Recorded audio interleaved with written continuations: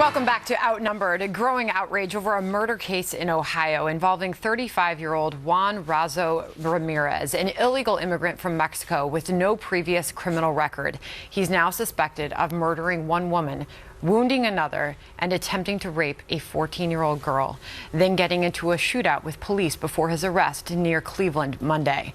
Earlier this month, sheriff's deputies stopped him for, quote, moping around near a residential area, but let him go after federal agents told them not to hold him.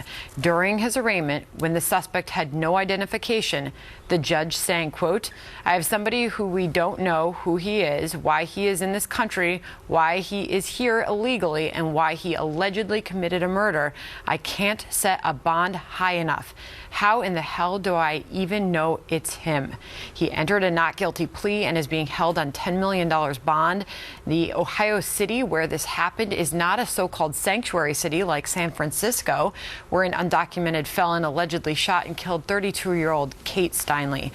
Here's 2016 presidential candidate Governor Rick Perry this morning on this Ohio case. What would you do to fix it? I would make clear to cities or states that are allowing those types of policies to be in place that they're not going to get federal funding. Here's the challenge: that you've got to secure this border. That's what must occur, and we've got to have a leader that understands the Constitution means what it says, that it enumerates having a strong military and having a secure border.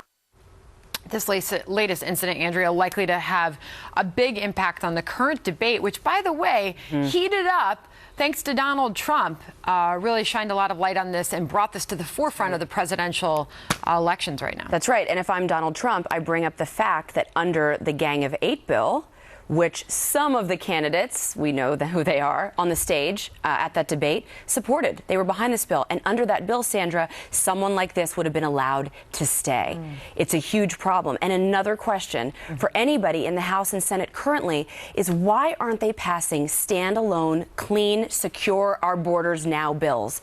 The reason they worked so hard to win the House and the Senate was to have the power. They should pass these bills repeatedly every single week, send them to the president's desk, and force him to sign them without trying to tack on some kind of amnesty. I mean, Perry is right. The border has to be first, but also cutting off federal monies.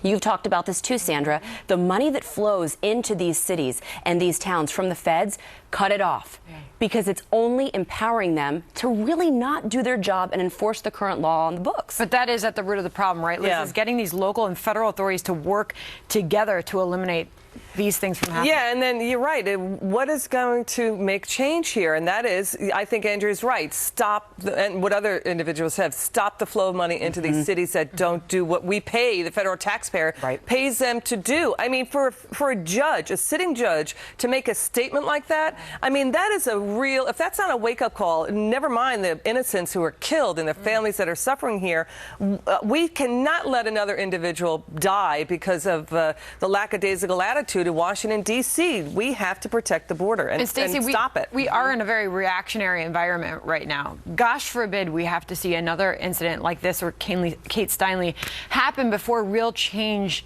occurs. Right now, this is at the forefront of the conversation with presidential candidates. How do we handle these illegal immigrants? Well, like Andrea said, securing the border. Like Governor Perry said, that has to be the first thing. The problem is the right hand doesn't know what the left hand's doing. So each state is not dealing with ICE the way they are supposed to, appropriately. And so these people are just getting lost in the shuffle because we can't let the federal government handle this. It's too big of a problem. It has to be done state by state. And like the governor said, take away funding. Stop giving them the money. Here's my question, though, okay? So these guys are just coming and going freely, pretty much. Yes. But when you want to get a driver's license, you need 7 forms of ID and your mother to identify you.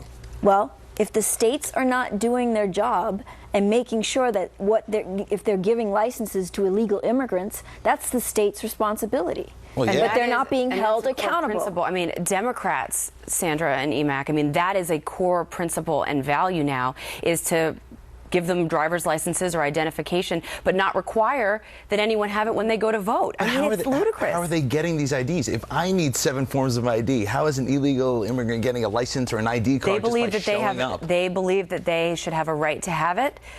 Yeah, that is a key Or they're principle. getting away without having it. All right, well, a new study showing millennials just are not leaving the nest despite improving jobs numbers. So what does this really say about our economy?